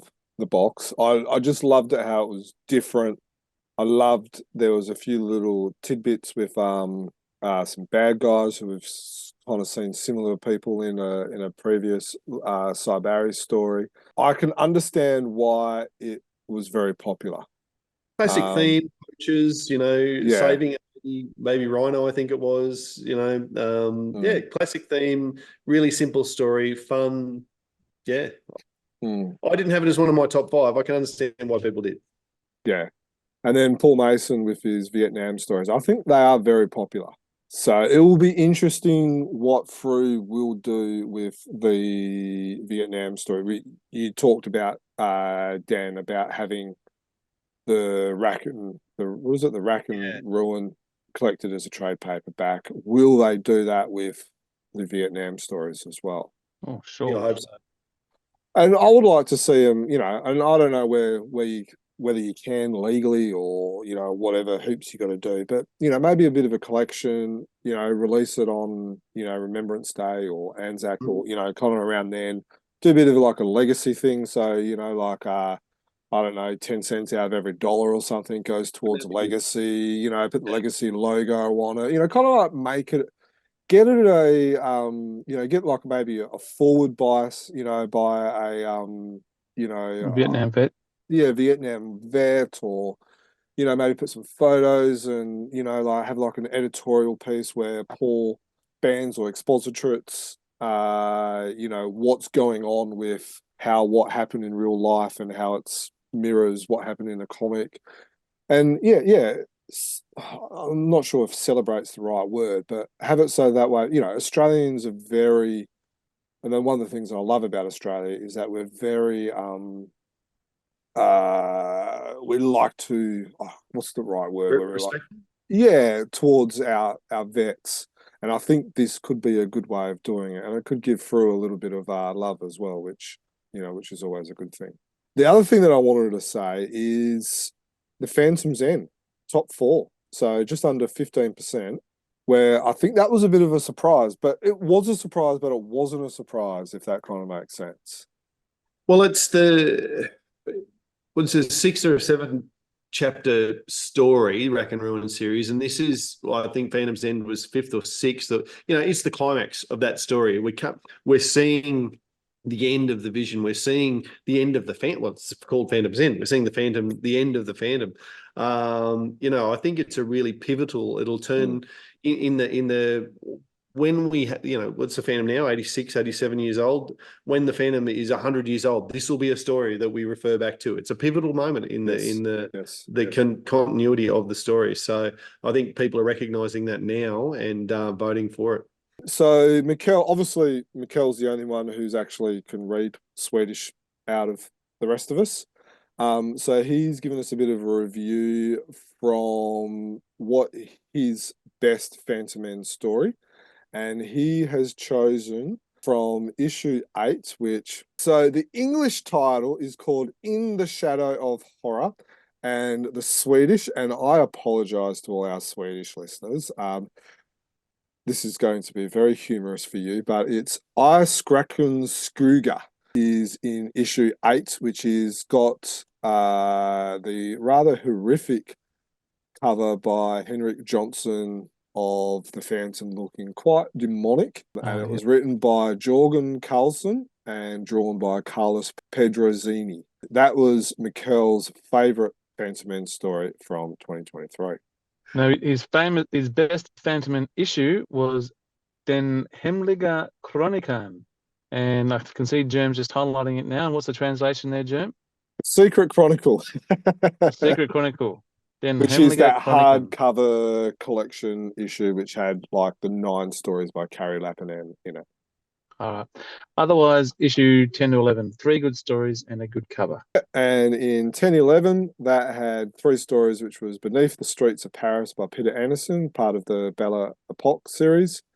Marked for Life, which was a short story by Jimmy Wellen and Anna Weatherly, and also had the 2 Rack and Ruin at Gravelines by Tony DePaul and Mike Manley. So that had it was a double story, 3 stories of the Phantom, all in colour. And what about the best overall best Indian story published, Dan? Well, I feel like I've lucked out here because the Indians pretty much only publish Lee Falk and Cy Barry. So Ankit and Swash have nominated their best Indian stories published this year. Ankit has gone with The Drummer of Timpani, and look, I can understand why. It's a classic story, and Ankit has put a sensational cover on the front of it. That was Regal 31, as discussed earlier. And Swash has opted for The Fence, which again, Lee Falk and Cy Barry, great story there. I can understand why they have nominated those ones. That's their best stories, but what were the best issues, Jim? Well, Ankit's gone Regal 31, which was Drummer of Tipini. Suaz has gone 31, 30. The Muthu hardcover book, which is by another Indian publisher, which he's done a review of both of those, which is quite thick and it's nice hardcover. So Regal 31, we've made mention of Drummer of Tipini. It was some of our favourite covers and all that. That was a black and white daily story that was coloured by Ivan. And back in 2022 or 23, the Ivan's colours were actually also published in a free comic. So we see the same edited version also published in Regal 31 as well. So obviously it was a fairly popular choice from our buddies over in India. Now going over to Germany, and we have Christian's overall German best story, and he's gone for Orobu, which is a 1989 Team Fantomen story written by Norman Worker with art by Jon Yves Mitton. Right, and he chose for his best German issue, Dan? Yeah, well, unsurprisingly, he's gone with the Mitten collection book, Das Phantom. Yes, got the best 3 issues. So, Stephen, what's yours? Just looking across, I reckon everyone might have this one, but the 75th anniversary, you can't go past it. I think it speaks for itself. What were some of the others that you had? The others I had were 1942. Oh, The Flooded City, that's right. It had painted black by Paul Mason in it as well. Yes, that'd be the reason why it was in there, particularly for one certain frame. Oh, yeah, and, it's got us in it. Yeah. And issue 1960, the Christmas issue, with all the newspaper stories. Dan, anything different? No, look, well, slightly different, I suppose, but I've gone Captain Predictable. Issue 1952, the 75th anniversary special. It was an absolute stunner. It's probably one of the best issues that Frew's put out in the last several years, not just this year. 1960, the Christmas special, the collection of all of the dailies and the Sundays, and together with the Jeff Weigel cover. I thought that was a sensation. And I've also gone with the annual special, which most years would be the favourite to go with, to go number one, but it's my third this year, issue 1936. Really liked the Graham Nolan collection. It might have edged out the Christmas special if it had a Graham Nolan cover as well. That would be the only thing I'd say about that. But Yes, those were my top three. It'll be interesting how the 2024 annual will go, which is the second part of the Graham Nolan collection, whether that does have a Graham Nolan cover or not. Now, every single one of us has chosen a 75th anniversary special. So I'm not going to make mention of the 75th anniversary issue for all the others because they've all chosen it, including me. However, the other issues that they have chosen, so Mikkel and Anchor have just chosen that. Duncan's also chosen 960, which is the Christmas issue, and 1943, which is one of the 22nd Phantom stories. That's specifically Showdown at Paradise Hotel, backed up by We Got to Get Out of This Place. So another Phantom in Nam story. I've also gone 1935, which is the Pirates of the Abbey one, which I believe from memory, one of the reasons why I chose that is because it was in full colour. I really enjoyed the story. I thought it was a great way to kind of start the year as well. So that was why I kind of chose that one. I had the backup Hello, the Himalayas, a daily story as well. Yeah, and it also had a great cover as well. And then I chose Giant Size 26, which was an annual special. Now, Suaz also chose that. And then the other one that he chose was 1947, which was the T special, which was the kind of like the Supernova special, which was in color again, which had the T story. And again, I think that was also in color. Yes, it was full color. It was 68 issues, had the Antonio Lemus cover, and it had the sequel stories in there. And Chris has gone, of course, the 75th anniversary. Then he's also chosen the Christmas special. For him, he's really enjoying the Moz's Chronicle series. And then he's got 1959. Might be sound random for a lot of people, but it's not more for the content, but it's more because it kind of marked the return for him reading the Phantom regularly. So because of some things in his life, including the Bundaberg Fair, this issue, he's kind of gone full Phantom nerd ever since that issue. So that issue is very special to him. So it's kind of great to hear. Now, Steve, do you want to give us the best result or the results from the fans on the best free issue? Okay, so did we differ from what you said, the public? Well, let's find out. Coming in number 7 was issue number 1942, The Flooded City by Klaus Murphy and Janice Auden, as well as Painted Black by Paul Mason. Coming in number 6 was issue number 1935, Pirates of the Abbey by Peter Anderson and Giancarlo Calacuzo, and Hello, the Himalayas by, that has to be Italian to Paul, doesn't it? Number 5 is issue number 1943, Showdown at the Paradise Hotel, once again from the 22nd Phantom Saga by Klaus Murphy and Janice Auden, and We've Got to Get Out of This Place by Paul Mason. Issue number 1941 came in 4th position, and that has In the Claws of the Vultures by Klaus Murphy and Janice Auden, and Crippled Jake by, that was a Shane Foley story. I remember that one. That was, quite an enjoyable little romp. Coming in at 3rd position, we have the 2023 annual, the Graham Nolan special, which we mentioned earlier, and which is coming, the 2024 annual will be coming up very shortly, we hope, and we look forward to seeing more Graham Nolan work there. Coming in number 2 is issue number 1960, the Christmas special, and no surprise, with almost half of the votes going towards issue number 1952, the 75th, I was about to say 75th wedding anniversary, no, the 75th anniversary special put out by Frew. So well done there. Klaus and Paul get a few issues in there, which is great to see. But I don't think there's any surprise about the 75th anniversary taking out top spot. It'd be a problem if it didn't. Probably the only surprise there is that it only got 50% of the vote. Like I'm a little surprised that half of the people who responded to the survey did not have it in their top three. Yeah, no, that's a good point. The other thing that kind of interests me is the Christmas special got more votes than the annual special. Yes. It could be because it's fresher in people's minds, maybe. Yeah, recency Yeah. It is definitely bias. fresher in mine. Yeah. Other thing that's kind of interesting is the regular issues in a sense, not including the annual, the anniversary and the Christmas, is the 22nd Saga stories. And I wonder if that's because it's got the 22nd Saga stories, but then it's also got Australian who did the covers as well. You've kind of got Alex Tripp, you got Grange, kind of got those modern artists as well. So yeah.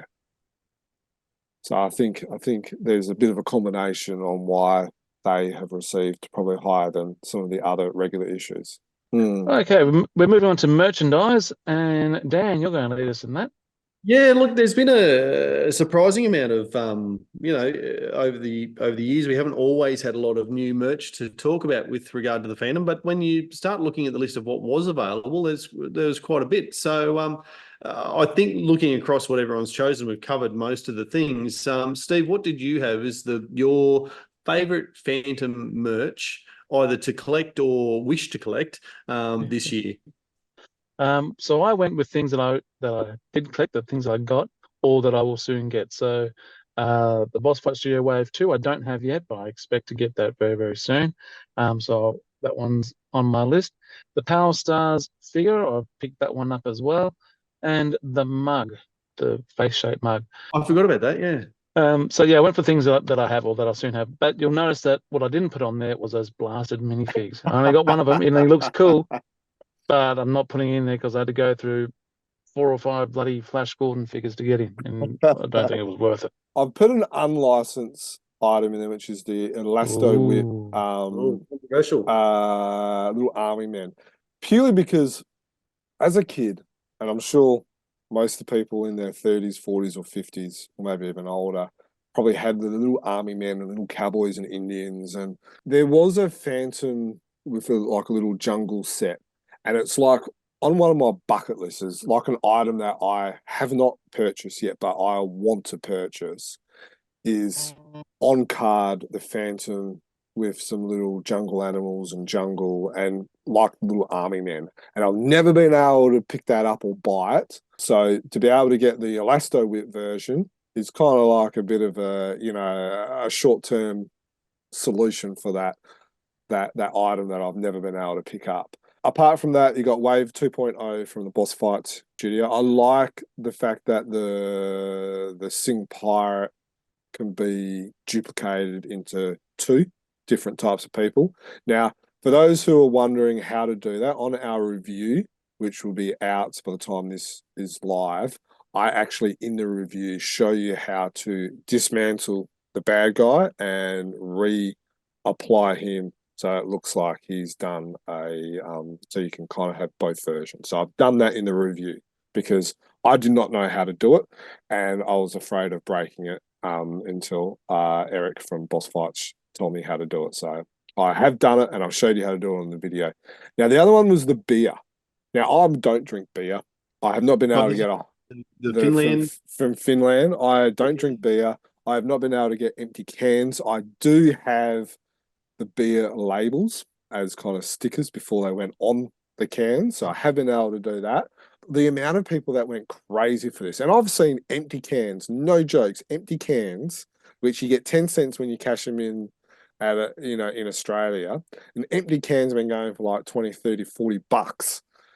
But excited fans about these beer. And I just think it got a lot of excitement. So I think that's always a good thing. And then the other thing is a little key rings as well. Now, I was a little bit annoyed that my kids liked them and wanted them to go on their school bags, but I do like them. Yeah, I'd love to get a hold of those keyrings. Haven't been able to do so yet.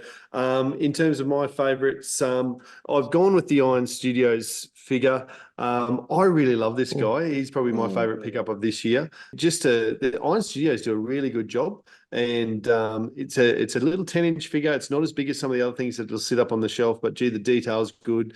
The colour, I know there's some complaints about the colour, about it being looking a little dirty or whatever, but gee, I think if you're the Phantom getting around in the jungle, you're going to get a bit dirty from time to time. I just think that that's really well put together.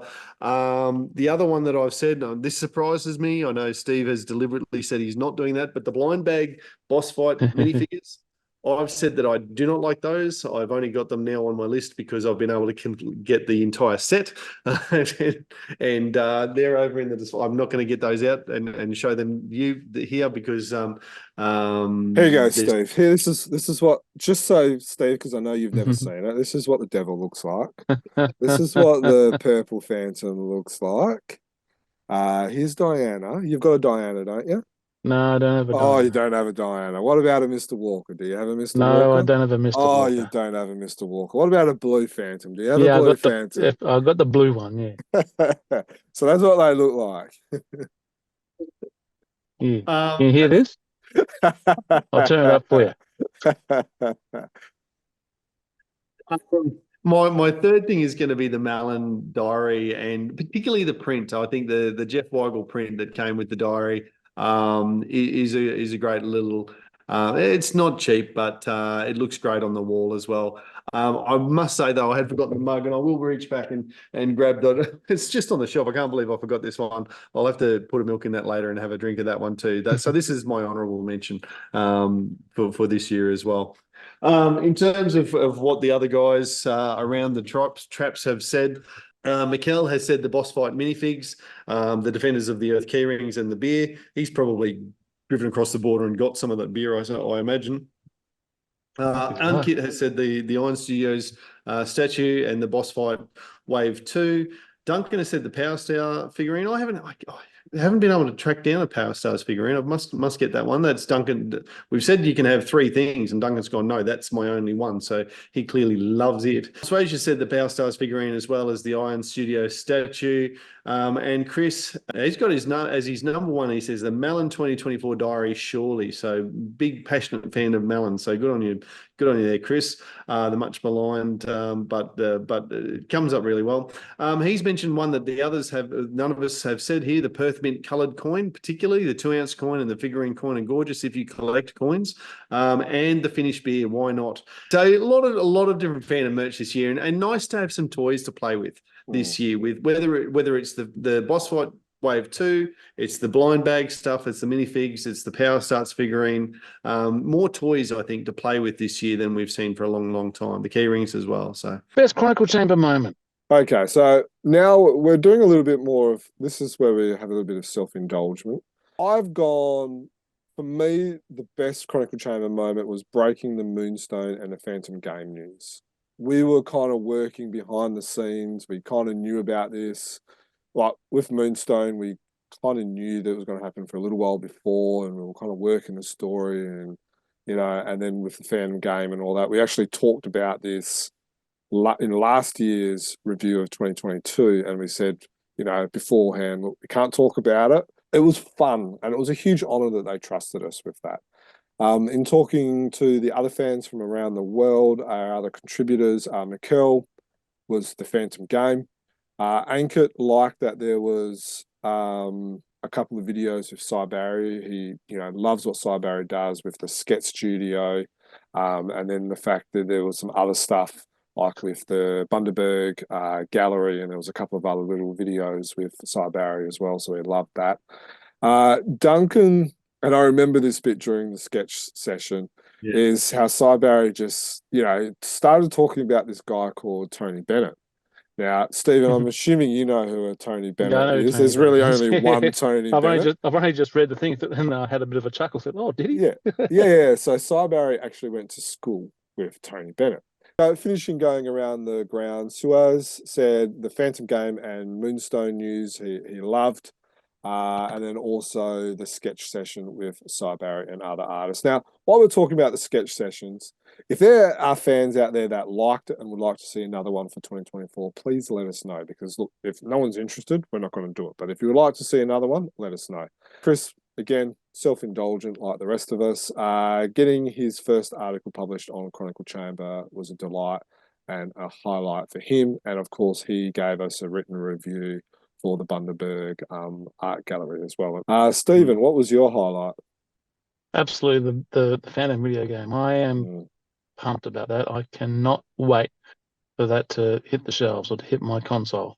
Really, really looking forward to that. And I'm looking forward to this year with the Comic-Con appearances that he's going to be making, and Matt as well. Yeah. And and hopefully getting to play a demo of it very soon at the cons. Yeah, I think the cons is going to be a good one, especially like in Australia. Hopefully if they're doing panels, hopefully they'll be at nicer times rather than the Sydney one, which was, at a horrible time. A lot of people missed it because they were still in lines. So, getting back in the, conventions and all that as well. So, hopefully they do some stuff with Frew and Fantomen and Moonstone and, really make a big splash out of it. So.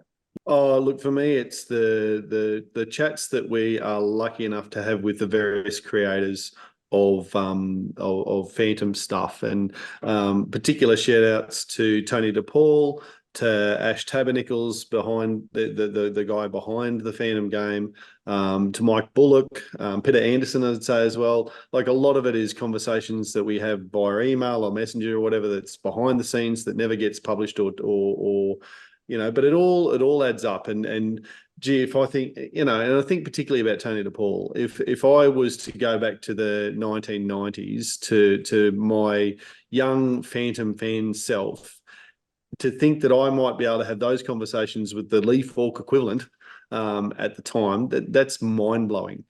So it's where I feel absolutely blessed and spoiled that we might be in written communication or verbal conversations with these guys, whether they're published or unpublished or whatever. It's just an absolute thrill and something I'm constantly grateful that the Chronicle Chamber platform provides for us.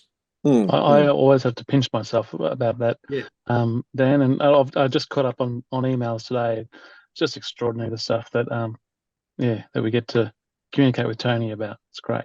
Yeah, and now look, we know that was very self-indulgent. Please, we've talked for 2 hours. Give us 10 minutes. That's all we ask for, guys. But we finished that, so now we're moving on. No more self-indulgent for the rest of this podcast. Steve. The whole 3 minutes left. So next up, we have the overall reflection on 2023. So this is Frew, worldwide publishers in general. For myself, Frew continues to publish a quality product. They're not afraid to try new artists. We've got constant different cover artists. Love the new merch that is coming out. This is not just Frew, this is around the world. But still would like to see more. See this in more places. Anchor said that there were no color trade paperbacks in English this year. Hopefully that will change in 2024. Duncan has said, curious that there has been no narrative around the mysterious Phantom production. I'm guessing that's the TV production. Fascinating to see the increase in licenses from around the world. Interested to see if fans from those countries are accessing chroniclechamber.com or Expand. So the number one views, and this is from social media, YouTube, website, and podcasts. Number one is Australia. Number two is USA, and just behind USA, and I'm talking about about 5%, would be India. And then you've got Sweden, and then you've got Germany, which is very close to Sweden as well. So, and then just behind Germany, you've got Brazil. So those countries are kind of like where a lot of our views are from. Views, listens, social media likes, whatever you want to, interactions. So yes, we're actually getting a lot. And then if you look at places like India and Germany, they've increased a lot as well. And like their comic publication has also increased. So yes, we are seeing a trend, but I won't talk too much more. That's too much self-indulgent, and we said we weren't doing any more of that. Sue says, great to see Phantom getting more exposure this year with more publishers and old publishers coming back to publish the Phantom around the world. With the news of the game and a TV show being discussed, last year was a great time to be a fan. Germ, what's your big overall reflection? Okay, so it's interesting that there's less reprint of the newspaper stories by Fantomen and Frew and probably even other publishers. So, as I said before, I'm now 40, so I'm now old.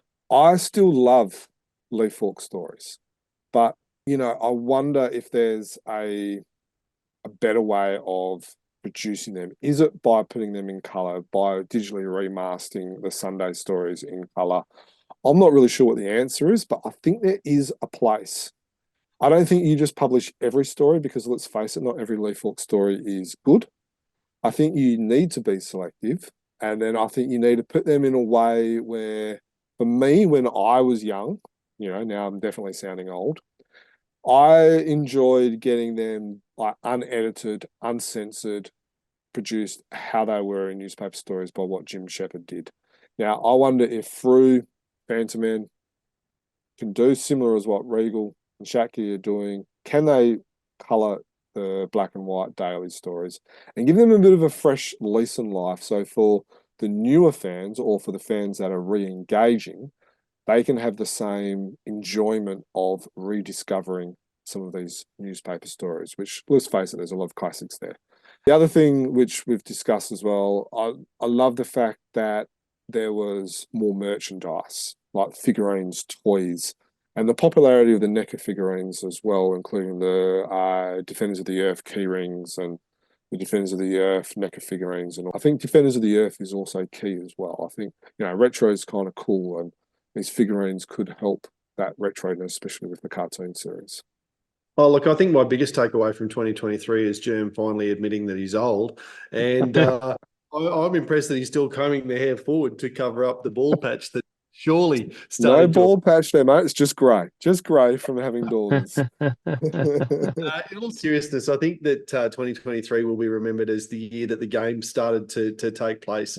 This Phantom console computer 2D beat 'em up game that we've been talking about. I'm with you, Steve. I'm so excited about that. Not so much because I'm not a gamer. I will play the game. I can't wait to play it. I can't wait for my son to play it and play it with him and all the rest of it. But I think it's got the opportunity to really revolutionise and give the Phantom a big kickstart across a wider fan base. Some of the stuff we've heard on and off the record from Ash about how his ideas and the way that they've put it together have been received by King Features, and some of the things that they want to do with it really exciting. Hopefully that transpires. I'm with Duncan there on that big question mark over what's happening with this TV/film/ network/ streaming series that may or may not be. We've got one obscure sentence on a King Features website. I want to see what's going on with that. My other reflections would be through. I just think I know they've produced fewer books this year, but the way that they it's along the lines of what Jerm was saying before about Glenn Ford starting to step forward as a prominent Phantom person. The stories that are being commissioned, the fact that they're being picked up and printed in Fantomen and in increasing numbers, being picked up and printed overseas and by other companies, and the opportunities that Frew are giving to new creators, I think that is just going from strength to strength. More stories we've seen. We know that they've got stories in the bag. So I just love that the fact that they're doing that. And I hope that they continue to do that and really value what they're doing there. And then I guess the other one, Germ, you've alluded to it as well, as the extra merch, the more, and I said it before, the fact that there's more toys, there's more things to play with, there's more things to put on shelves and collect. And I just hope that, and I guess it comes back to the TV possibilities and the animated series that you alluded to there as well. Hopefully it starts to resonate with the younger fan base and isn't just produced for collectors, but is also produced for kids to play with. So yeah, I think we're headed in a positive direction, and we just need to keep tracking that one. But Chris, he said, Frew looked good in 2023. A few trials and a few errors, but overall, Frew Phantom is going from strength to strength. Worldwide, we are seeing a number of publishers introduce or reintroduce the Phantom, so it's just a matter of time before the audience and the Phantom are connected. That's exciting. So what will be the big news of 2024? Dan, you're going to lead us in this section. I hope we get a bit of detail about this TV series. That's my hope for 2024. Whether it's a film, whether it's a TV series, is it animated, is it on a streaming platform? I just hope we get a bit more detail, and I'd love to think that we were going to see something that is going to appear on our screens in 2025. That might be overly ambitious. Maybe 2026 is, but more detail is what I'm hoping for in 2024. Well, apparently the recent strike has finished. So yes, hopefully over in Hollywood. So hopefully, yeah, that might. I'm the same, better announcement of TV show. And I like something to be done with the Defenders of the Earth license, whether it's the TV show reappearing somewhere, on a streaming platform, or extended, whether it's someone picks up the storyline and does a comic book series from it, or that's the two big things we're going to see is Defenders of the Earth license, or something to do with the Defenders of the Earth show. Now, so I want to go a third one, and the third one will be we're going to see a mini popularity rise in the USA with the Moonstone comic book series and the video game release as well. Now, we did say no more self-indulgence, but I did notice that Dan skipped over this part. Yeah. I noticed Dan skipped over this as well. Oh, sorry, I thought this was an orange. Yeah. So last year, I'll say it about myself, saying no one else will. Last year, I did predict the future by saying that we would get news on a TV show and a USA publisher getting the license. So I did say that was going to be the news of my prediction for 2023, and I was correct. So look, it's probably the only time I'm ever going to be right predicting something in the future, but so we just had to quickly make mention of that. Full credit to you for that, because that was outstanding soothsaying. Your old man Moz in your telling there. I will just say that your current predictions are, I want better announcement about the TV show, which you said last year, and that maybe Moonstone will have a rise in popularity. So you're not really doubling down too hard. No. Yes. Yeah, that's true. Steve, what's your hope for the big news of 2024? Well, I think this is the same as I did last year, that there'll be a new T-shirt line which is available in Australia, or clothing line that'll be, which is readily available in Australia. I would love to see that. And secondly, that the Phantom video game is popular with gamers as well as fans. I'd love to see that. Duncan has been a lot more specific than any of us are prepared to be. He's always specific. Duncan reckons that there's going to be an animated Defender of the Earth series that's going to be soon released on Hulu. Specifically, I like that how he's specifically said which streaming platform it's going to be released on. I don't think I've ever even heard of Hulu, so I've got some Googling to do after the podcast. The other thing I'm going to Google is who the hell is Alan Richardson or Alan Richardson? I Googled that one. He's Reacher. Right. Sorry, Alan Richardson. The Reacher, Germ will have a picture of him on the YouTube channel, I'm sure, is going to be announced in talks to play the Phantom in a live-action movie from Paramount. So he's super specific, Duncan. He's just, you may need to put the explicit symbol on this. I love that he's just prepared to put his balls on the line and say, right, this is what's going to happen as we go forward into 2024. Yeah. Alan was also the bad guy in the latest Fast and Furious movie as well. Right. Okay. I'll have to go and watch that one as well. Shoots down a plane with a rocket launcher. Right. Okay. Oh, wow. Phantom could do that, surely. Swayze just said he's not really a prediction, but yeah, hopefully more TV show stuff. Hopefully the creative team is announced as well as casting. He's also said Alan Richardson would be perfect for the role, agreeing with Duncan there. Ankit would love to see some more licensed figures. That's his hope for 2024. And Chris is saying he'd love to see more general growth and expansion for the Phantom in terms of the ways that he's presented. His best guess is that we'll see some larger and some color formats and some longer stories like trade paperbacks. He reckons the Heart of Darkness story would be ideal for launching the Phantom trade paperback. Chris, I can't wait to talk to you on a podcast because I think you're wrong. No one likes the Heart of Darkness. No one wants to see it as a trade paperback. That's a ridiculous idea. But no, you're entitled to your opinion. Geez, I think you might be in the minority there, Dan. Yeah. Oh, really? Yeah, I reckon Okay. it would be great. So Team Fantomen did that as their first one, and that sold out. Yeah, well, I didn't buy one. Um, He'd also like to see, Chris would also like to see some Italian stories translated for the first time. And he'd also love to see the Phantoms World series revived, understanding that it's hard for the publisher when the story is already available in English. Yeah, look, if half of all of those predictions come to pass, I think we'll have a brilliant 2024 for the Phantom. Thank you, everyone who contributed. We have Mikkel, Christian, Mikkel. I said Mikkel twice, so thank you twice, Mikkel. Duncan, Suaz, Ankit, and also Chris as well for your input. Made it a little bit longer, but I think it's good to kind of get a bit of a range of everyone's views. So thank you for that. We're going to have 5 prize draws, and the first 2 names to come out will be sent a Frew Crew badge, so that they'll get that.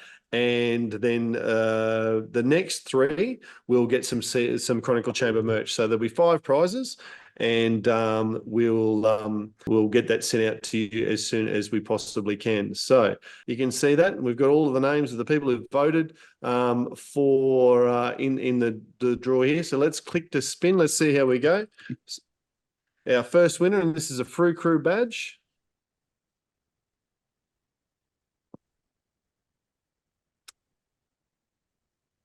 Harry P. No. Hugo. Oh, just at the post. Just ticked over there. So we'll remove Hugo from the list. We'll spin again. Who's going to get the other Frew Crew badge here? Do love seeing Granger's logo spin round and round. Mike, I'm sure has the last name. He absolutely has an address. So congratulations, Mike. You've got a Frew Crew badge coming your way. We'll get you out of here because you've won the merch. You've won the badge. You can't get the Chronicle Chamber merch. So we've got 3 lucky winners coming. The next 3 people will all get Chronicle Chamber merchandise. Spinning around. Jeremy's voted for himself. Maybe that's how he won the best cover. No, Joshua. We've ticked over to Joshua. Again, not sure of Joshua's last name. Remove you from there. Next merchandise winner. Bit of Chronicle Chamber merch coming your way. Joshua, congratulations. Thank you for voting. Who have we got coming up next? Abby, is that your wife, Germ? No. Adrian Wade. Congratulations, Adrian Wade. Thank you for voting. We'll get you out of there because you don't want to win 2 lots of Chronicle Chamber merch. Well, you probably do, but you're not going to because you're out of the vote. You've got something coming your way. Congratulations, Adrian. And our final winner is, what do we got here? It's going to be a Peter McGlynn. All right. Congratulations, Peter McGlynn. Thank you very much, everyone, for being involved. And that's the prize draw, Jim. No worries. Thank you for that. Thank you for those, everyone who voted. For those 5 people, you will be getting emails, stuff sent out to you. So thank you for your votes.